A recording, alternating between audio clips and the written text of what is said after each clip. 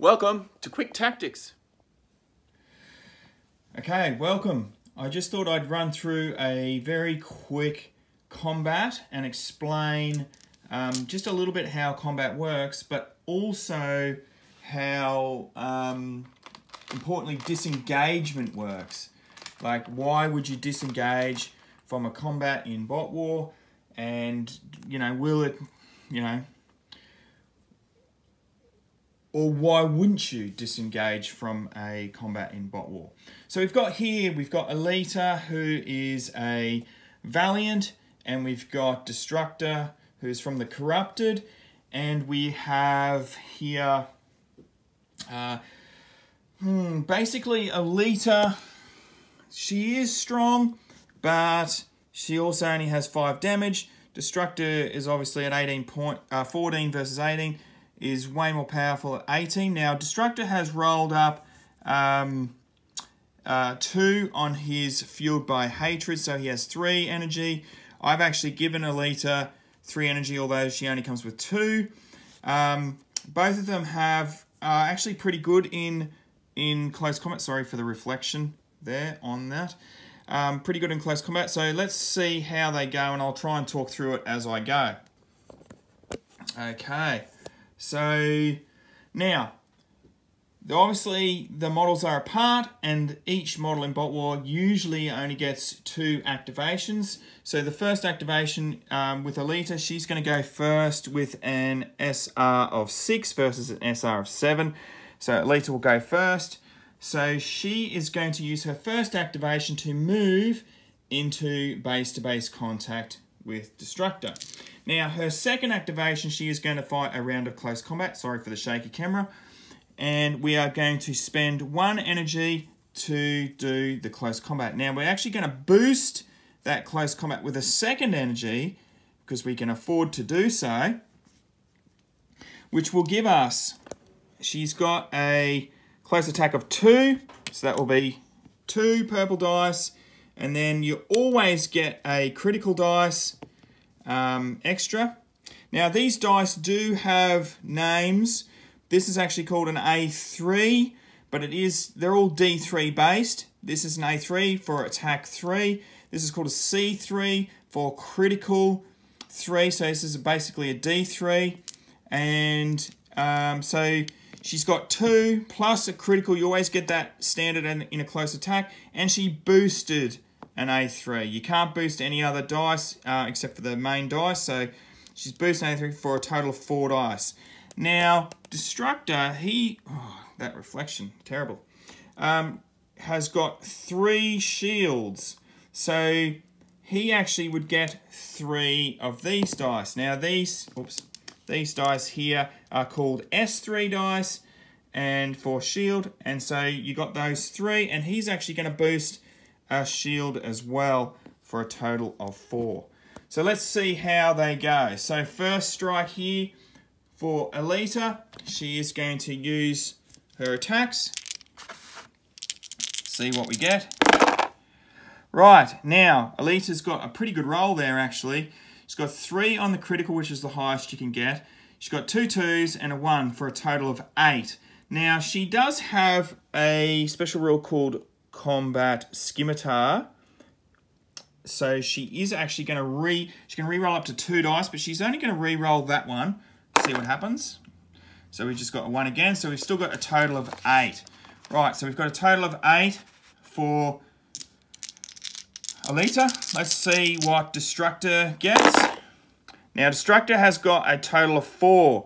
Now, there's no extra rules that allow Destructor any sort of rolls on his shields. So he's got 4. So that's 8 minus 4 means Destructor has taken 4 damage.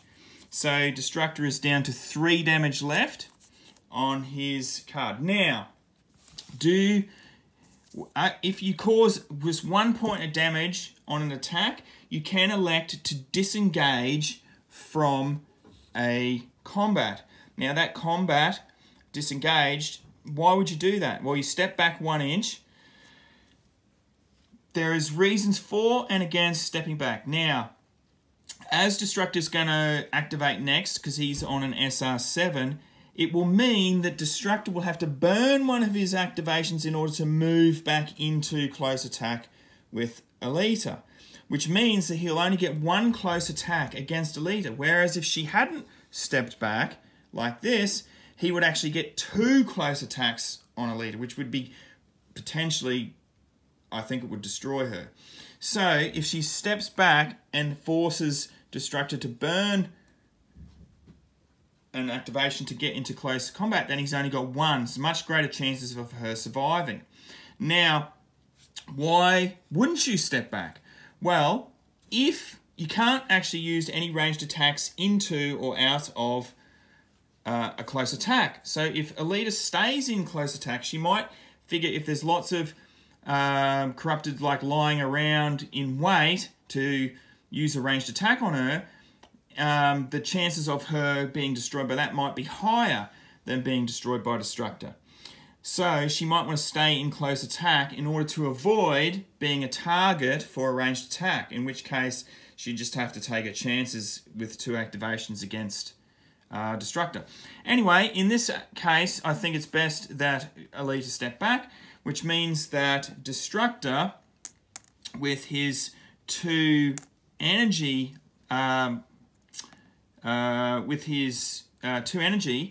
will need to use one of those energy to move into close attack with Alita, and he can use his second energy here to fight a round of close attack. Now, as you can see there, or if the reflection wasn't so bad, Destructor has a close attack of 3.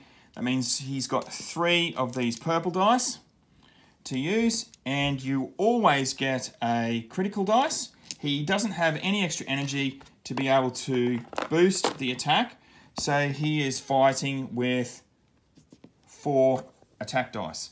So Alita has 3 shields, and so she doesn't have energy to boost that, but she does have a combat shield, which means that she will be able to swap one of her red S3 dice for a C3 dice in defense. So let's see how they go. Let's roll these up and hopefully Alita survives. Right, so Destructor didn't roll very well there at all. So he has rolled a maximum of 4. Now Destructor also has, if you could see that, combat scimitar. So he can actually roll up to 2 attack dice, which is A3 dice, to see if he can get a better result. You cannot re-roll a critical dice, and he does get a much better result. So I don't actually know if that got knocked over, but anyway, we'll roll with that. I'm sure people will tell me in the comments. So there's 9 there for Destructor. That's pretty brutal. Let's see what Alita gets with her combat shield. Oh dear, not very good. So 9 minus 2 is 7, and Alita only has 5 damage. So Alita, unfortunately, has been destroyed by the mighty Destructor. Anyway, I hope you enjoyed this very quick video, and I hope you can now understand why you may or may not want to use Step Back. As you can see, it probably didn't quite work this time due to Destructor's destructive capabilities, but had Destructor failed a couple of his dice, Alita would have survived, but she wouldn't have if Destructor got 2 rounds of combat. That would have been very definitive. So I hope you liked this video. Please like and subscribe. I'm trying to grow this channel. If you like this video, and please leave any comments in the, leave any feedback in the comments below. Thank you.